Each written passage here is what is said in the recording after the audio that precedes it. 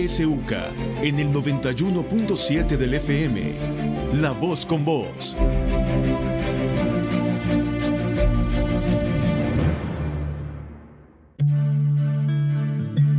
Radio YSUCA te acompaña en todo momento. Sintonizas La Voz con Vos. YSUCA, siempre con vos. 91.7 La Voz con vos.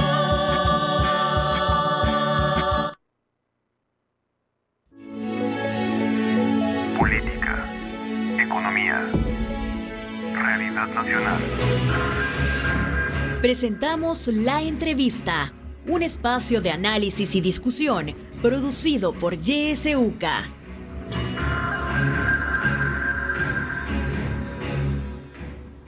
Siete con 3 minutos, gracias por estar en sintonía de YSUCA. Recuerde, puede seguirnos a través del 91.7 del FM, por el www.ysuca.org.sv y también podremos encontrarnos a través del Facebook Live. Esta entrevista se transmite por Facebook Live.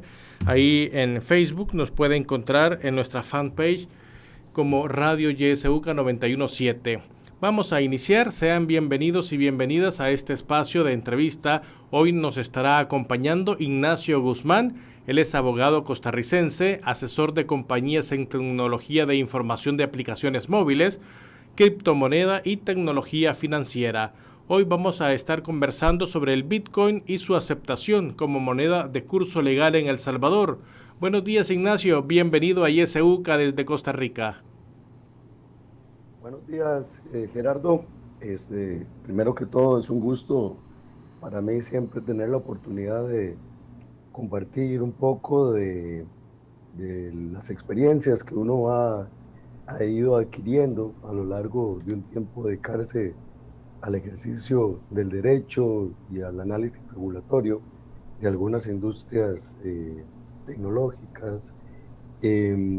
Y además siempre es un gusto poder conversar con mis queridos amigos de El Salvador. Quiero hacer nada más una pequeña precisión, y es que me disculpen, ando un poco afectado en la garganta, lo cual no va a impedir que podamos tener una conversación fluida, pero el día de ayer mi equipo clasificó a la final del torneo, entonces era una situación que no había previsto, así que grité bastante y celebré bastante, y por eso es que estoy afectado. Bueno, en buena hora, Ignacio, y felicidades por el equipo, ¿verdad? Gracias. Hay que vivirlo al máximo. Ignacio, ya entrando en materia, como ya por bien es conocido a nivel mundial, en septiembre del año pasado, El Salvador se convirtió en el primer país en adoptar el Bitcoin como divisa de curso legal.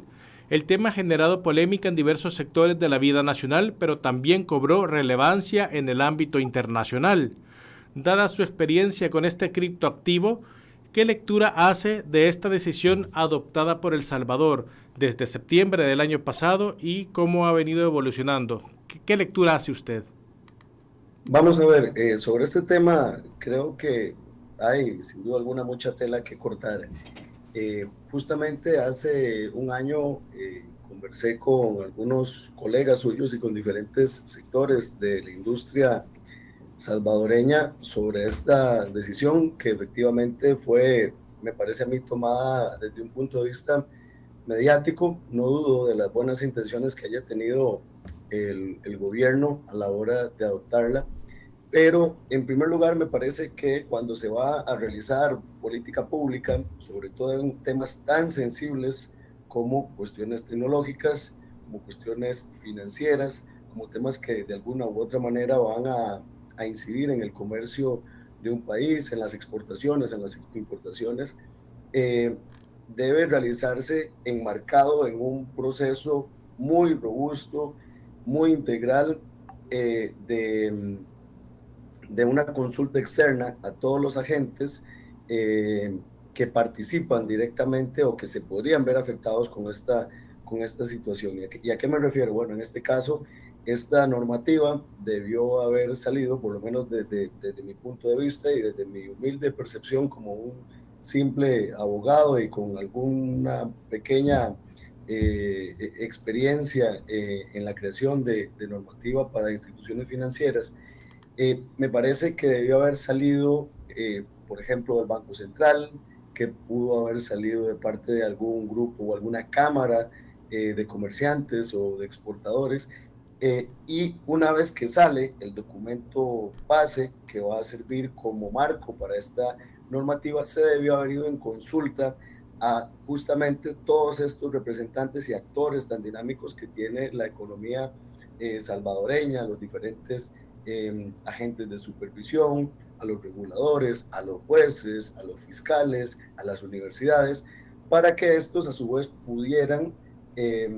realizar todos los aportes, plantear las consultas y las interrogantes que tal vez desde un punto de vista unidimensional del gobierno no se pudieron advertir.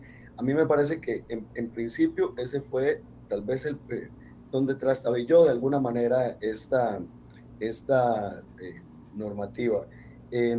Sí, efectivamente, me parece que captó la atención, sobre todo de un grupo nutrido de entusiastas, no solamente en El Salvador, sino, por ejemplo, en Costa Rica, en el país en donde yo resido, en países de Europa, en países de Asia, en Estados Unidos, en Sudamérica, e incluso yo escuché a varias personas decir, claro, en aquel momento nos mudamos a El Salvador, estaban bastante entusiasmados por la propuesta del presidente Bukele. Además hubo una exposición mediática muy fuerte, el presidente Bukele igualmente participó en muchos eventos relacionados con criptodivisas en donde era altamente ovacionado, pues por supuesto estaba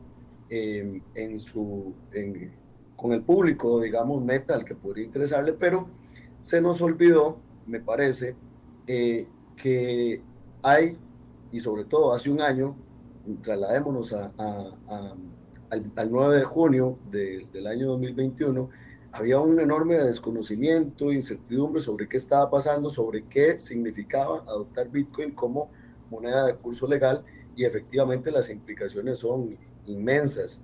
Entonces me parece que fue bastante débil la propuesta. Posteriormente, a través de un reglamento, se intentaron corregir algunas y precisar pues algunos conceptos y algunos temas, pero aún así al día de hoy, viendo, como dicen, el partido al día siguiente, nos damos cuenta que muchos de los riesgos que se habían advertido en aquel momento por personas que tal vez podíamos haber hecho un aporte al momento de preparar esta regulación, muchos de esos riesgos se han materializado, y no solo esos riesgos, sino que nos hemos enfrentado a algunas otras vicisitudes internacionales y globales que también han minado en el propósito y en el objetivo de esta ley. Perfecto, Ignacio. Una ley prácticamente inconsulta, una moneda o un criptoactivo, mejor dicho, desconocido para muchos salvadoreños. Se dijo en un primer momento que esto podría dinamizar la economía de los países con los criptoactivos.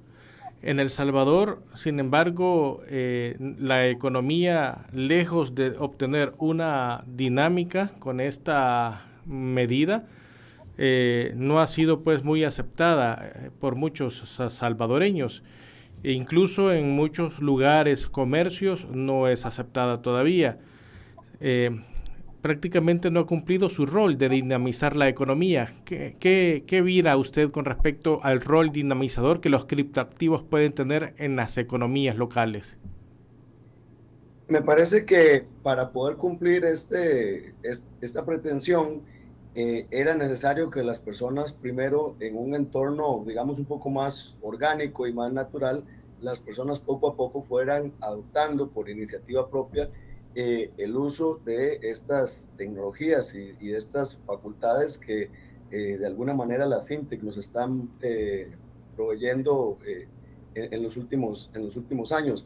Pero a mí particularmente, digamos, me parecía un poco contraproducente que en un país donde, y creo que esto no ha cambiado, en el año 2021 se tenían estadísticas de que aproximadamente el 70% de la población no se encontraba bancarizada, Es decir, un porcentaje importante de la gente, un porcentaje mayoritario de la ciudadanía salvadoreña no se había acercado o no se le habían acercado, dependiendo del punto de vista que lo queramos ver, las autoridades financieras, las entidades bancarias, etcétera. No había existido ese proceso de acercamiento entre ambas partes para que pudieran acceder a ciertos productos o servicios financieros elementales o básicos, como lo puede ser una cuenta de ahorros, una cuenta corriente, una tarjeta de crédito, de débito. No pensemos incluso en créditos hipotecarios y otros tantos que nos brinda normalmente la banca. Entonces, cuando ya encontramos que hay una barrera muy difícil de superar por un tema o por una barrera cultural o formativa, ahí no sé de qué manera podríamos llamarla, si además estamos pretendiendo que las personas sin haber pasado o quemado esa etapa pasen a la adopción de una tecnología o de un producto, de un servicio que reviste de un nivel de conocimiento y de sofisticación inclusive mayor, me parece que tenía muchos elementos para considerar que no iba a desarrollarse adecuadamente. Y eso pues lo estamos viendo al día de hoy. ¿Qué pasa? Bueno, cuando se declaran, por ejemplo, en El Salvador, el dólar como moneda de curso legal, hay un tema de obligatoriedad para pagar y aceptarlo como medio de pago. Entonces, me parece que al no tener ese conocimiento un poco más desarrollado antes de la promulgación de la ley, fue perdiendo o se fue debilitando también la legitimación de la misma. Entonces, hoy en día efectivamente los reportes y los informes lo que dicen es que la gente no tiene confianza en Bitcoin, que la gente no lo ha adoptado y que de alguna manera ha elegido mantenerse con los sistemas y medios de pago tradicionales que se habían adoptado desde antes de esta ley. Adicionalmente hay otro tema que me parece importante y que creo que en aquel momento, incluso con otros colegas suyos, conversamos, y es que Bitcoin no ha sido exitoso en ningún otro país del mundo como un medio de pago, porque el procesamiento de la información y de las transacciones requieren de un tiempo importante, es decir, riñen con la dinámica comercial y mercantil moderna que precisan de transacciones rápidas, muy ágiles, casi que automáticas, como lo vemos cuando pagamos en un supermercado, en una tienda, con nuestra tarjeta de crédito o de débito, o incluso a través de aplicaciones móviles. Por ejemplo, acá en Costa Rica me parece que una normativa similar tendría tal vez poco impacto o poca adopción por parte de los usuarios, porque justamente la mayoría de los negocios se han abierto desde hace varios años al uso de datáfonos para transacciones en débito o en crédito, y adicionalmente algunas aplicaciones móviles que sobre todo después, durante y después de la pandemia, se han convertido en un instrumento, una herramienta de uso masivo. Entonces, ¿y por qué? Porque son ágiles, porque son muy rápidas, porque han demostrado ser de alguna manera seguras. Entonces se creó, por así decirlo, un entorno de manera muy natural, o un ecosistema de manera muy natural, pero si de la noche a la mañana nos dicen, bueno, a partir de mañana, además están obligados ustedes comerciantes y ustedes consumidores a adoptar esta nueva tecnología, que además es desconocida para la gran mayoría de la gente, me parece que podría haber en primer lugar un gran rechazo por la forma en la que se le está imponiendo a la gente el uso y la adopción de un medio de pago, y segundo, un tema de desconocimiento profundo sobre eso. Entonces, creo que no es de sorprendernos el curso que ha llevado la ley y sobre todo la adopción y la práctica en estos primeros meses de vigencia de la ley y de ejecución de la ley, y creo que habría que corregir el rumbo de alguna u otra manera por parte del gobierno. Otro de los puntos también donde hay un poco del por qué también esta moneda no ha podido tal vez ser tan popular entre los salvadoreños, es que no todas las personas tienen acceso a dispositivos móviles y menos a Internet. La brecha digital en El Salvador aún es bastante grande. ¿Se puede entonces incursionar, Ignacio, en el mundo de los criptoactivos con estas deficiencias a nivel del país?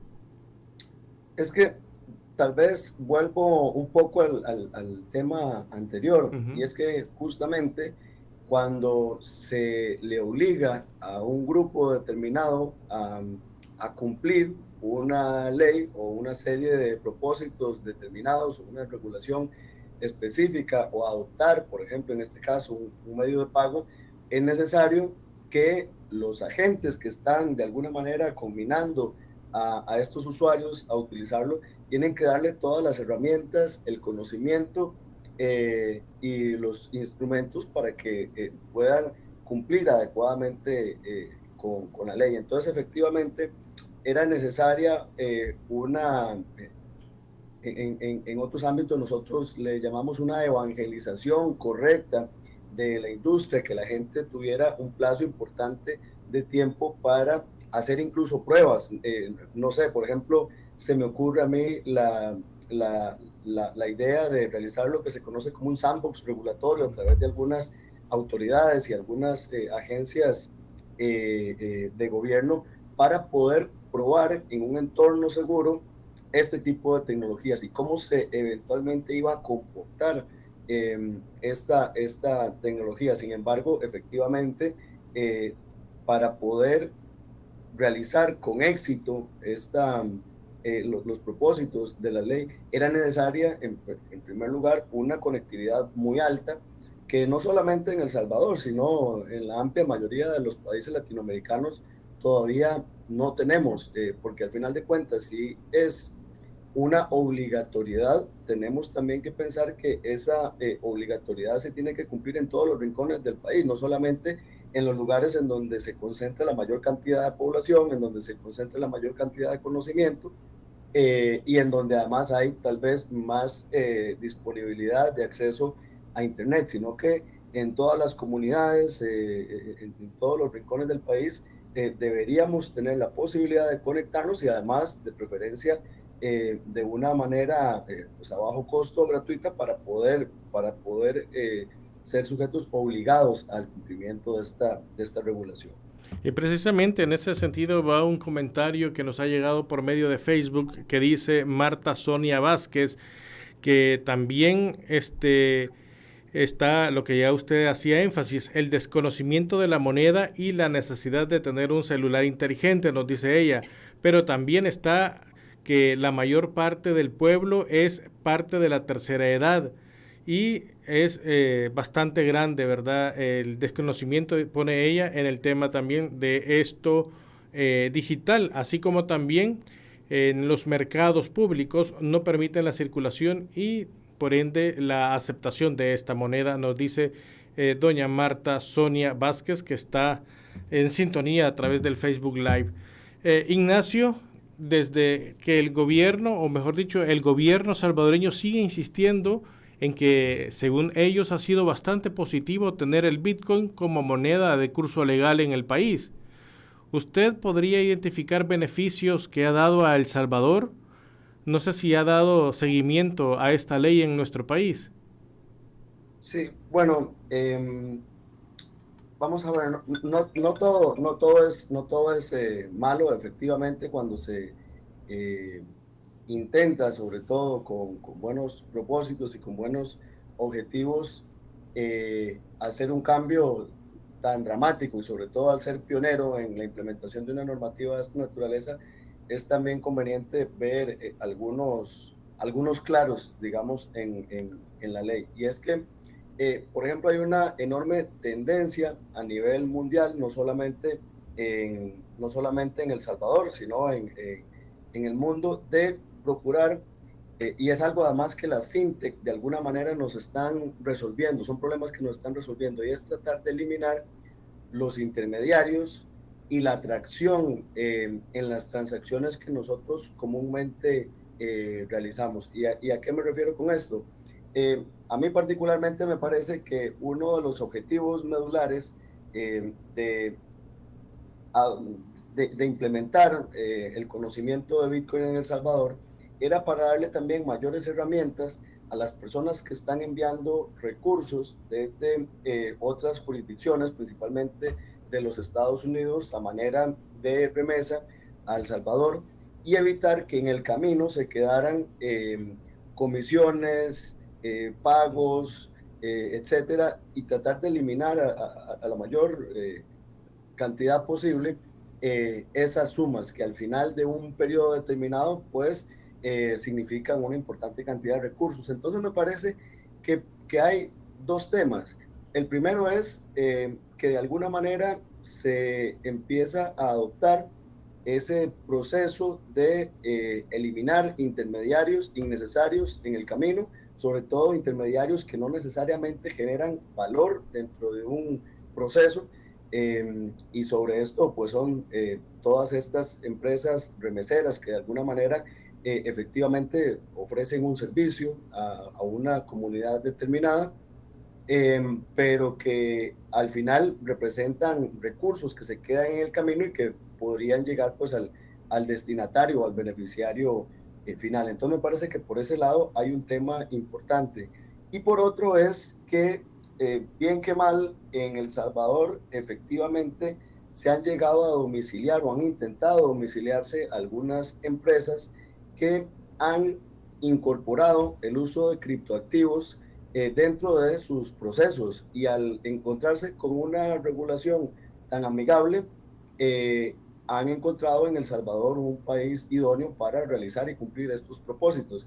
Y esto a mediano o a largo plazo creo que podríamos pensar en ver algunos resultados, que es la sofisticación de algunos sectores del país, por ejemplo, en temas de tecnología, en temas de procesamiento de pagos, en temas de programación, en temas de desarrollo de aplicaciones, en temas de desarrollo de software, que a mediano o largo plazo pueden generar en el país una industria diferenciada y que podría sacar algún provecho de todo este contexto, que si bien se ha enfrentado pues a diferentes vicisitudes en el camino propias de la misma volatilidad de la moneda, y además algunas contrariedades que enfrentamos en el mundo debido a conflictos bélicos y a diferentes situaciones que escapan de nuestro control, al margen de esto creo que a mediano o a largo plazo sí podríamos ver algunos resultados más positivos en el país, que tienen que ver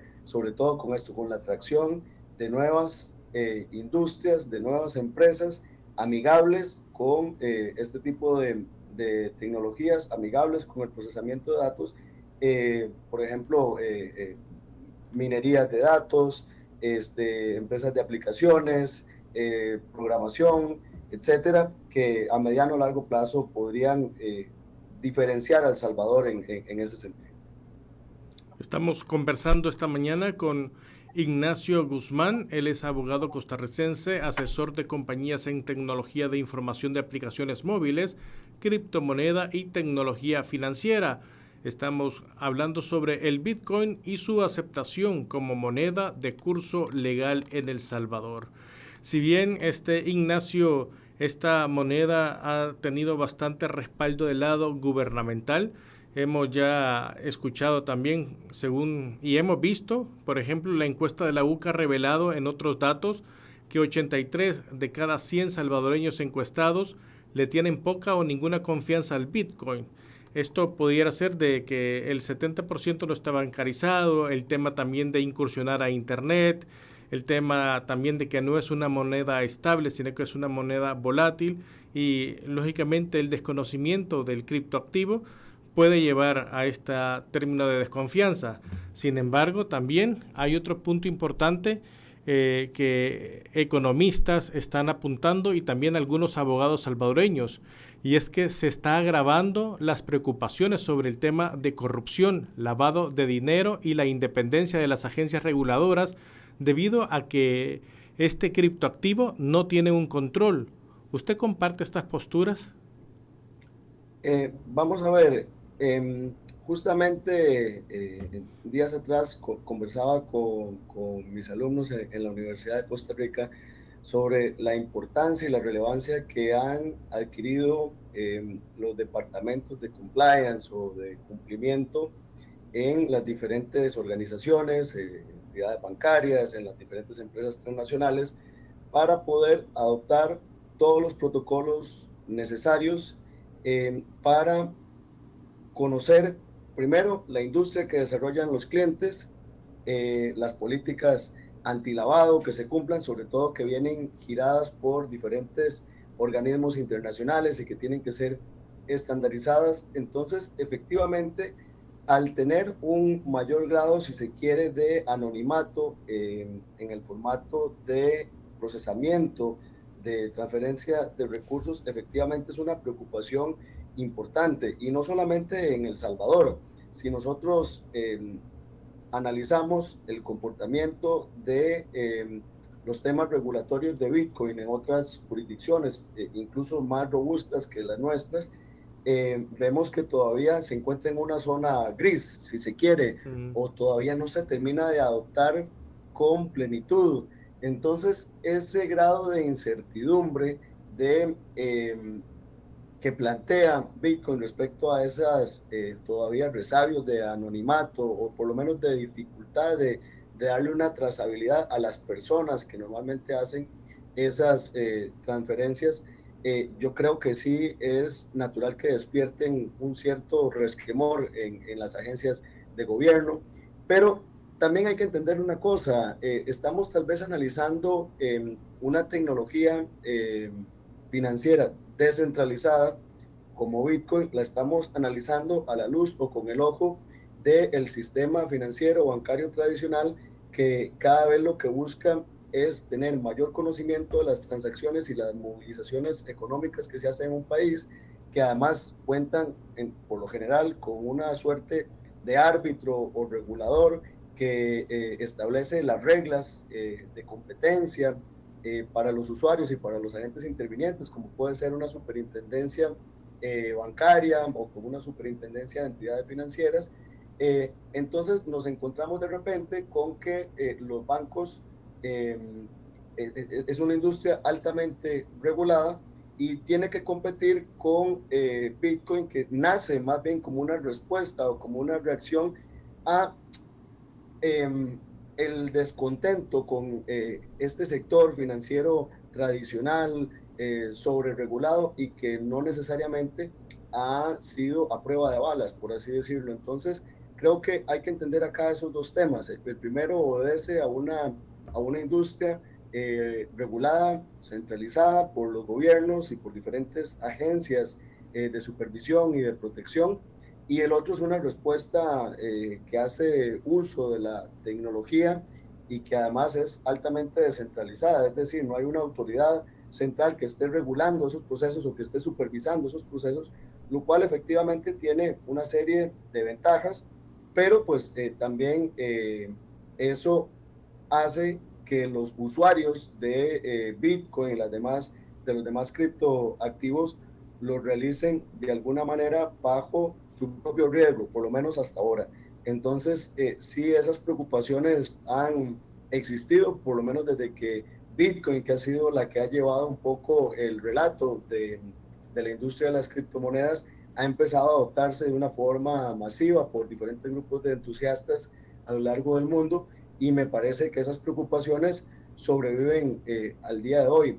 Es importante nada más hacer una pequeña nota al margen, y es que sí existen, aunque existen estas preocupaciones, ya hay muchas empresas, incluso algunas de ellas empresas públicas de los Estados Unidos, que han adoptado y han ofrecido productos vinculados con criptoactivos a sus clientes y a los consumidores. Y en este caso, por ejemplo, tenemos PayPal, tenemos Coinbase y tenemos aplicaciones que permiten a los usuarios realizar transacciones de manera más ágil en comercios como Starbucks, como Nordstrom y algunas otras tiendas.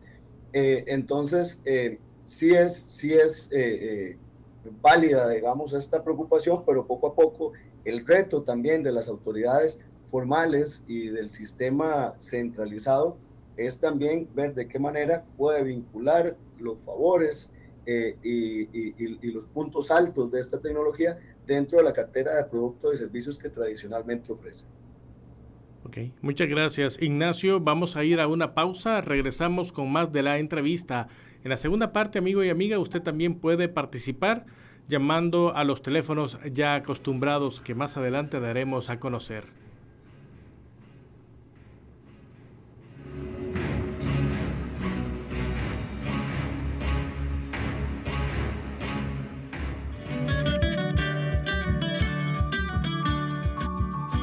Somos la estación que te acompaña siempre. YSUCA, la voz con vos. YSUCA, siempre con vos.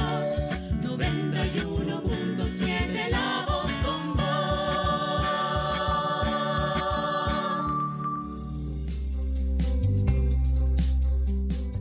No te pierdas en YSUCA la franja de la academia. Si te interesa conocer más sobre economía, no puedes perderte los miércoles tu espacio Hablando de Economía, un programa del Departamento de Economía de la UCA. Recuerda, Hablando de Economía, todos los miércoles a las 7 de la noche por YSUCA. Hora 10. Que la realidad tome la palabra a través de la ciudadanía activa. Sí, nos escucharon, pero solo con ustedes. Tenemos otra pasarela que la van a hacer inclusiva porque ahí pasan los niños. Hay que empezar resolviendo los problemas básicos de las mayorías populares. Estamos preocupados porque ya son 2 días que nos han quitado el agua por completo. Yo llevaba en total súper grave, lo llevaba con vómito, con diarrea. Nos dieron las 10 de la noche y nada. Hora 10. De lunes a viernes a partir de las 10 de la mañana.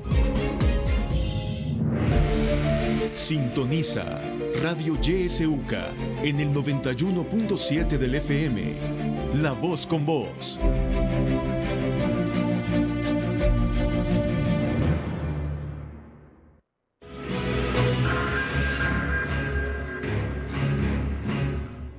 Gracias por estar con nosotros, 7:34.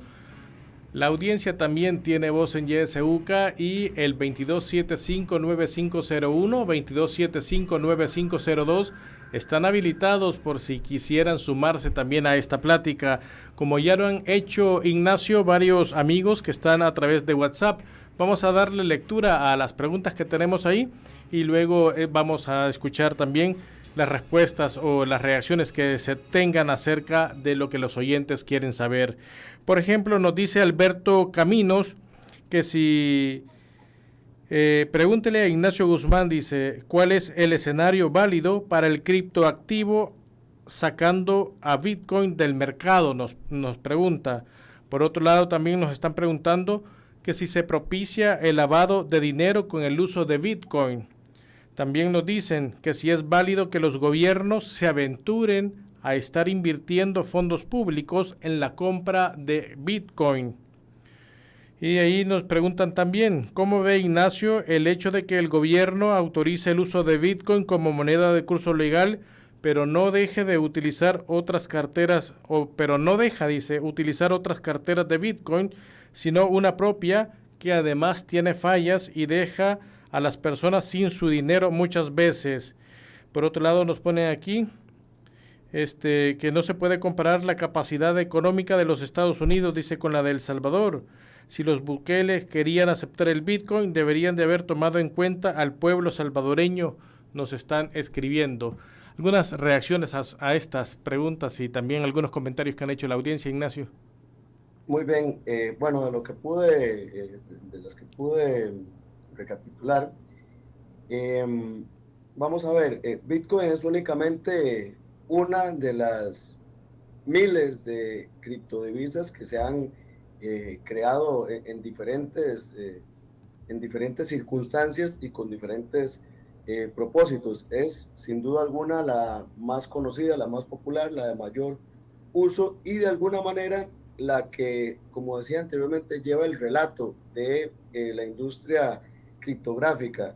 De hecho, cuando Bitcoin tiende a subir o tiende a bajar, es decir, cuando se ejerce esa volatilidad en la moneda, normalmente otras monedas que la siguen, como Ether, de la plataforma de Ethereum, también tienden a subir o a bajar de valor respecto a este comportamiento que lidera Bitcoin. Entonces, respecto a esto, a mí me parece que es importante.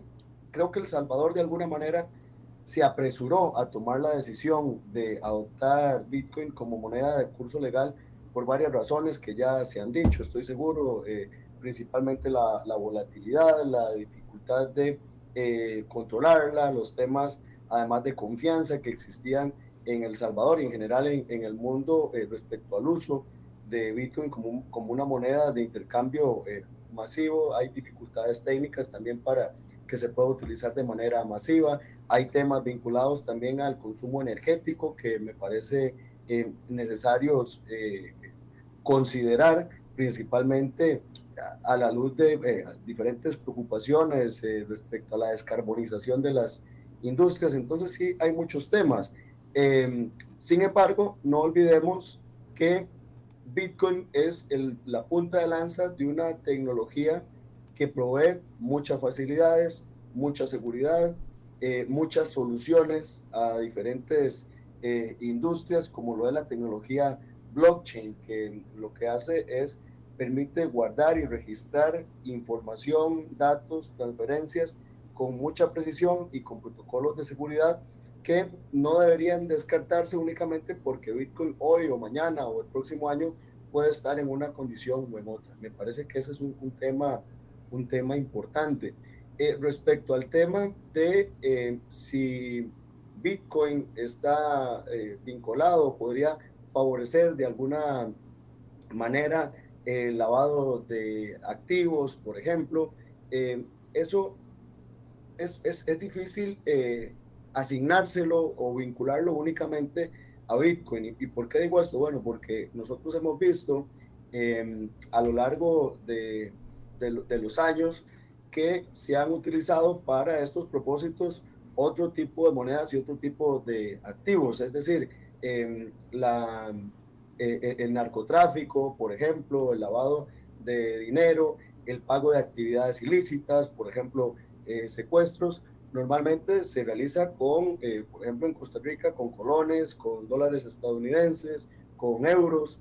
Entonces, no necesariamente debemos encasillar a una moneda digital a esta industria y generarle de alguna manera esa mala prensa, porque es algo que de alguna manera desconocemos o porque es algo novedoso o porque hemos visto que efectivamente se utiliza con esos fines. Es decir, Bitcoin es un vehículo y eventualmente lo podemos utilizar en uno o en otro sentido, con propósitos legítimos o ilegítimos. Perdón, Ignacio, que interrumpa. Sin embargo, con, digamos, la moneda local, o colones, dólares, lempiras, córdobas, hay controles que se establecen, ¿verdad? Y se le puede dar seguimiento desde el momento en que el sistema entra al sistema bancario. Sin embargo, con Bitcoin es más anónimo la situación y actualmente es muy difícil poder darle un seguimiento sobre quién haría tal inversión, sobre quién estaría también recibiendo y de dónde habrían salido los fondos. Sí, estoy de acuerdo con eso, pero recordemos que, por ejemplo, eso tiene sentido si nos encontramos dentro del sistema financiero, es decir, todavía el uso del efectivo es altamente utilizado con propósitos ilegítimos y hablamos igualmente de monedas de curso legal de nuestros propios países. Entonces, por ejemplo, con Bitcoin, de alguna manera, el objetivo o lo que podríamos pensar es intentar trasladarlo o liquidarlo al sistema financiero tradicional para poder ejercer adecuadamente esos protocolos anti-money laundering, de conozca a su cliente, y poderlos ejercer más adecuadamente una vez que se ingresan, digamos, al sistema financiero tradicional. Pero efectivamente hay una tendencia, y no solamente en El Salvador o en Costa Rica, lo vemos en muchos otros países, de ir reduciendo por diferentes razones.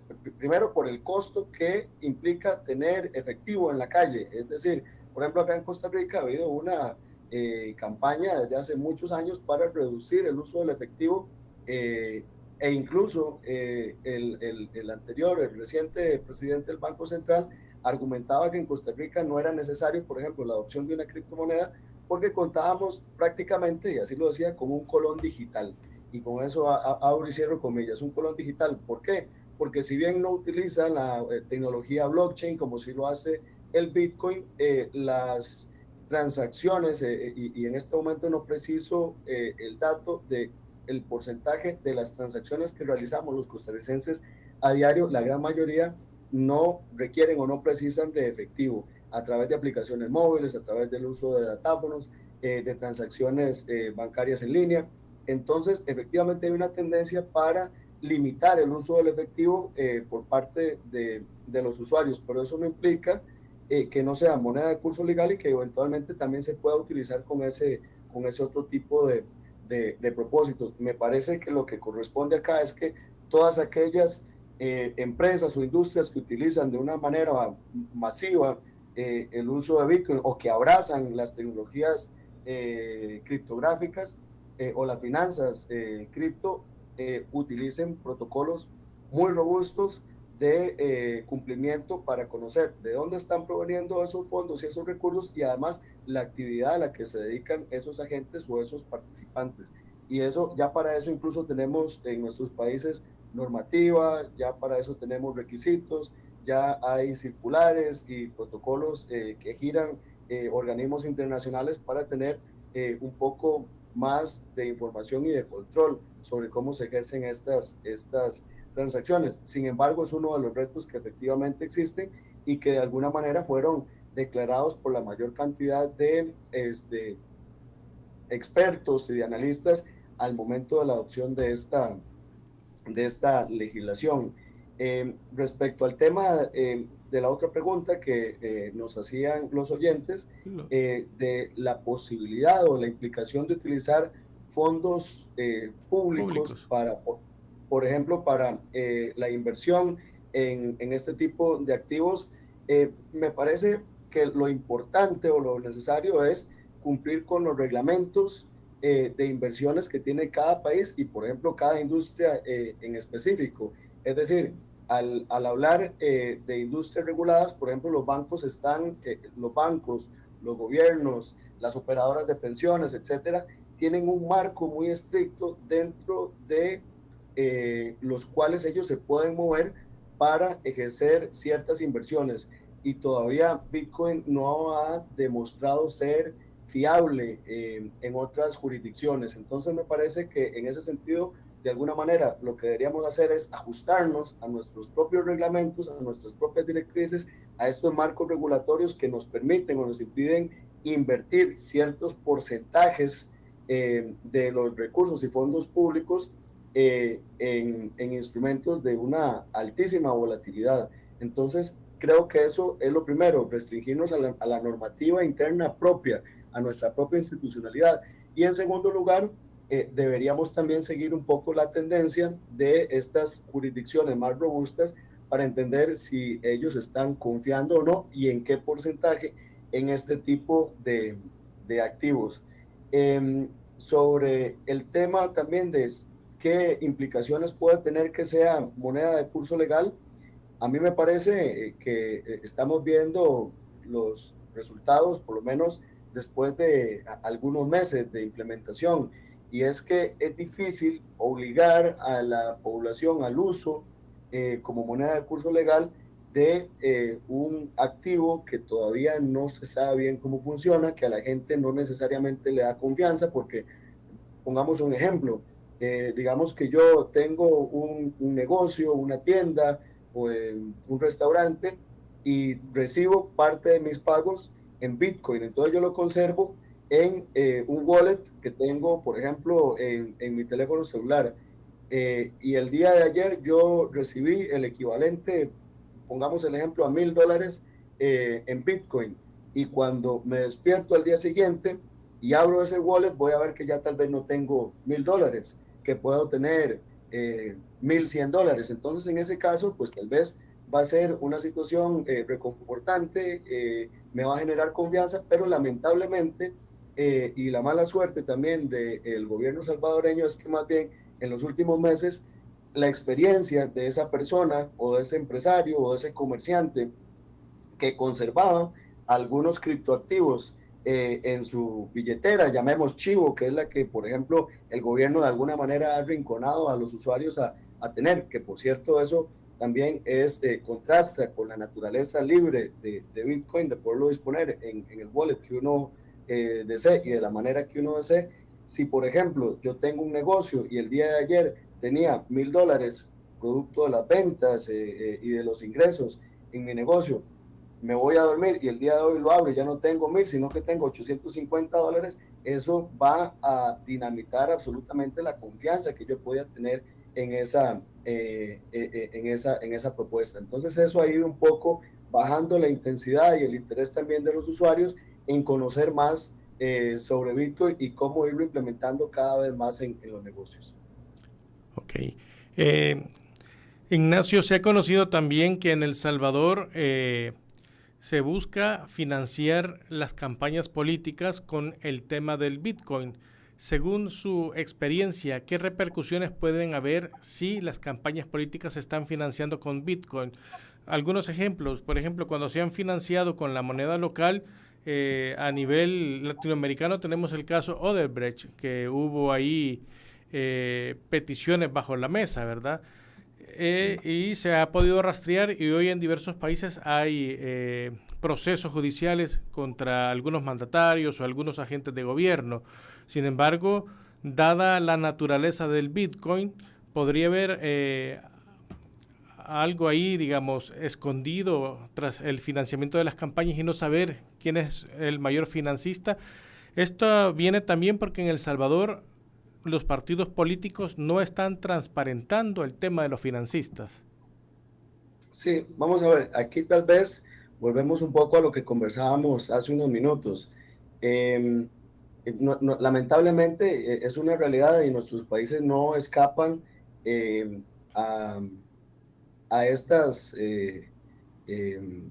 falta de transparencia, esta opacidad respecto del financiamiento, no solamente de campañas y de candidaturas, sino también en el favorecimiento, como usted bien mencionó, por ejemplo, el caso Odebrecht, que lo que hacía era efectivamente financiar a candidatos en diferentes países de Latinoamérica, pero también había una estructura de coimas y de pagos indebidos por el favorecimiento de esta empresa, por ejemplo, Odebrecht, en el otorgamiento de obras públicas.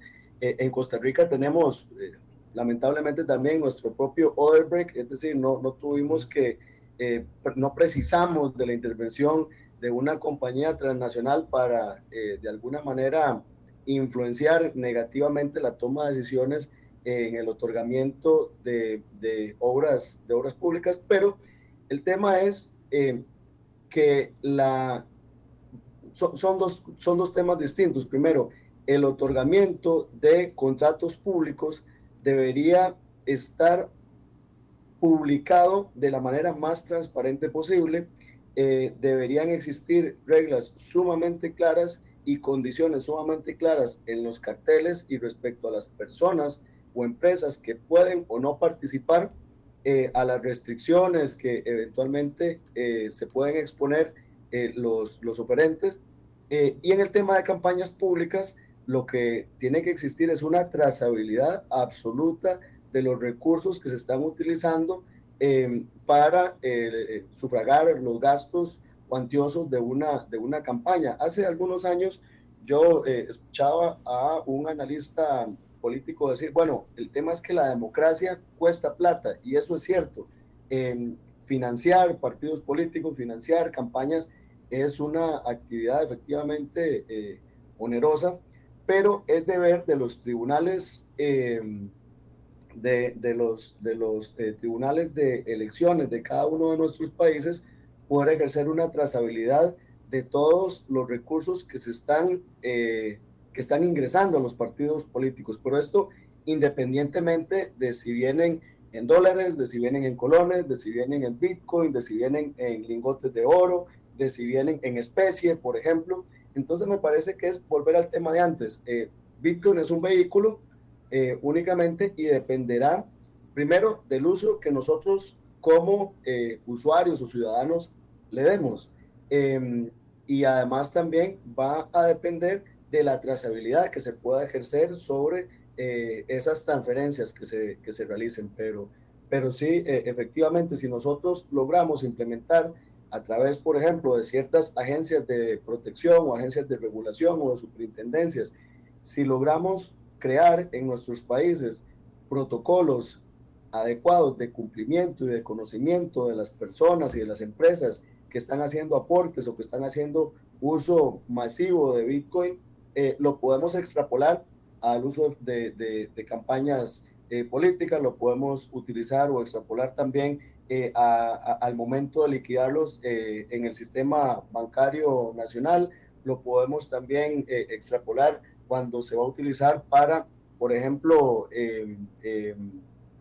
en temas de compras públicas, etcétera. Creo que aquí lo que tiene que haber es un esfuerzo muy importante, muy fuerte del país para lograr los protocolos necesarios de conocimiento de esos participantes del mercado de Bitcoin y además de conocer bien las industrias y las actividades que estas personas realizan. Una vez que se tenga este conocimiento, este protocolo y este marco de cumplimiento, lo podremos extrapolar a cualquier actividad, a cualquier industria pública o privada que nosotros queramos. Me parece que ahí radica el reto de esta preocupación. Y este es un gran reto, dado que en El Salvador el gobierno ha capturado diversas instituciones, se han reformado incluso reglamentos y leyes que lejos de transparentar, caminan, ¿verdad?, hacia la opacidad.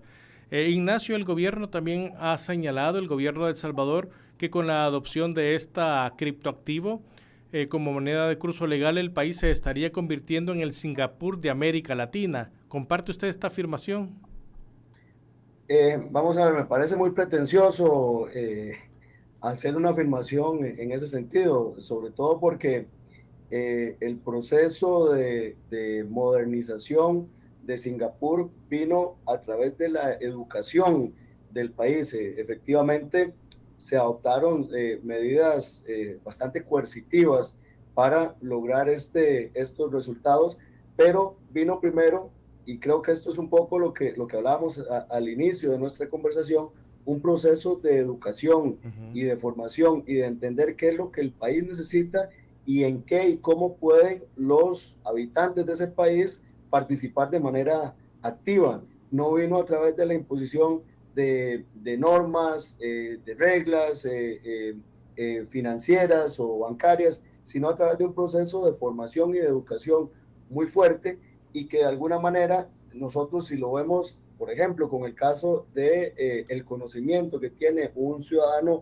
promedio centroamericano de productos financieros, me parece que debimos haber empezado por ahí, empezar a capacitarlo y a formarlo en finanzas familiares, por ejemplo, en finanzas personales, en adopción de nuevos medios de pago, en involucrar esta enseñanza desde las escuelas, desde las secundarias, fortalecerlo en las universidades, crear un ecosistema necesario con agencias de protección, con universidades que puedan abonar a este proceso educativo y formativo, pero no creo que a través de leyes, que además son leyes bastante escuetas, también como mencionábamos al inicio, carentes de un proceso de consulta adecuada, por lo menos desde mi perspectiva, a partir de ese tipo de decisiones no creo que podamos ser tan pretenciosos de convertir a nuestros países en uno de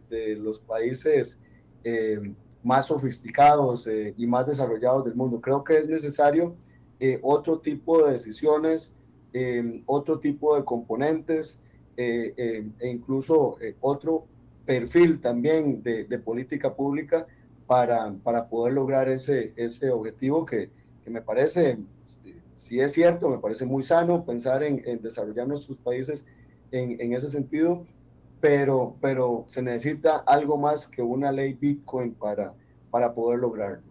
Ignacio, al informarse sobre la entrada en vigencia de la ley Bitcoin, el Fondo Monetario Internacional reaccionó y ha hecho llamados al gobierno salvadoreño a derogar esta normativa, pues advierte riesgos para el país. ¿El mantener vigente esta ley puede alejarnos de instituciones como el Fondo Monetario Internacional y otros bancos con los que mantenemos préstamos?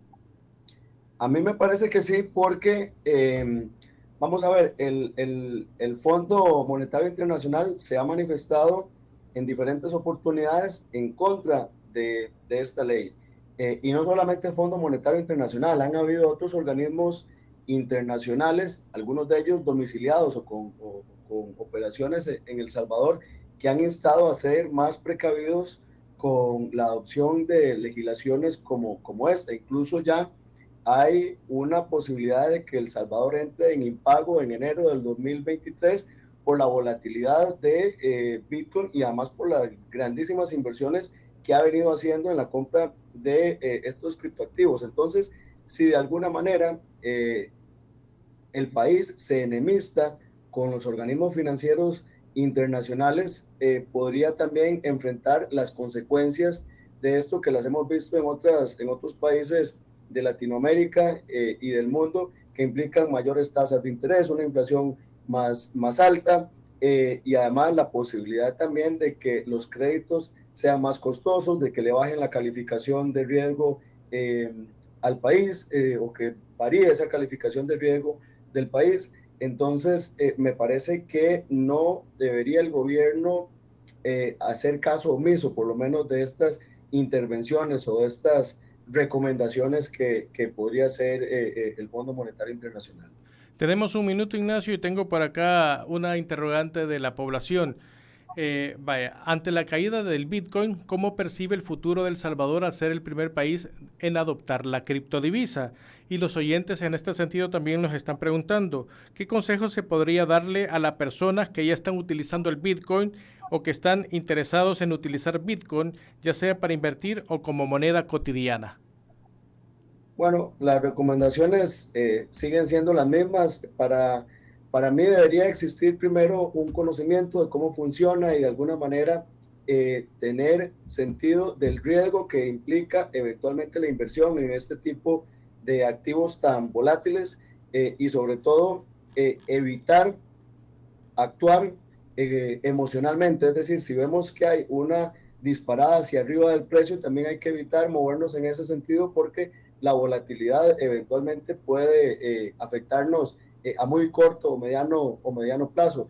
Las personas que lo utilizan porque creen y confían en la naturaleza y en el espíritu descentralizado de estas tecnologías, me parece que lo pueden hacer, pero no es amigable desde mi punto de vista con el comercio tradicional, con el comercio formal, porque me parece que el caso que hablábamos anteriormente es medular, y es un negocio puede recibir y abrazar la adopción de pagos a través de criptodivisas, y hoy podemos tener $1,000 por concepto de ventas y de ingresos en caja, y el día de mañana nos despertamos y podemos tener $800, y ahí vamos a ver cómo se evaporó gran parte de esa ganancia o de esa renta que percibimos. Entonces sí es muy riesgoso.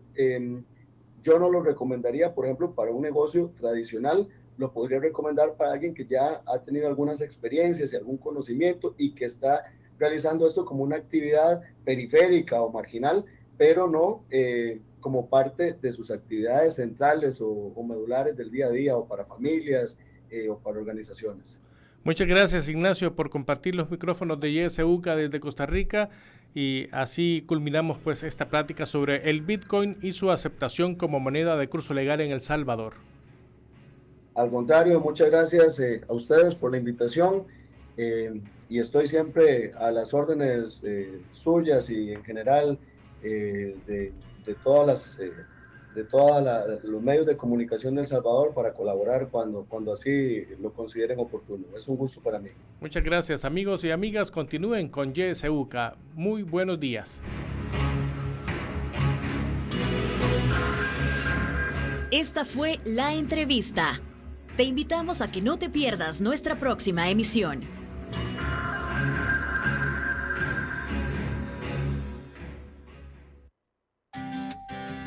En Radio YSUCA celebramos la vida. Buenos días. Con cada paso que das, por pequeño que parezca, pones el mundo en movimiento.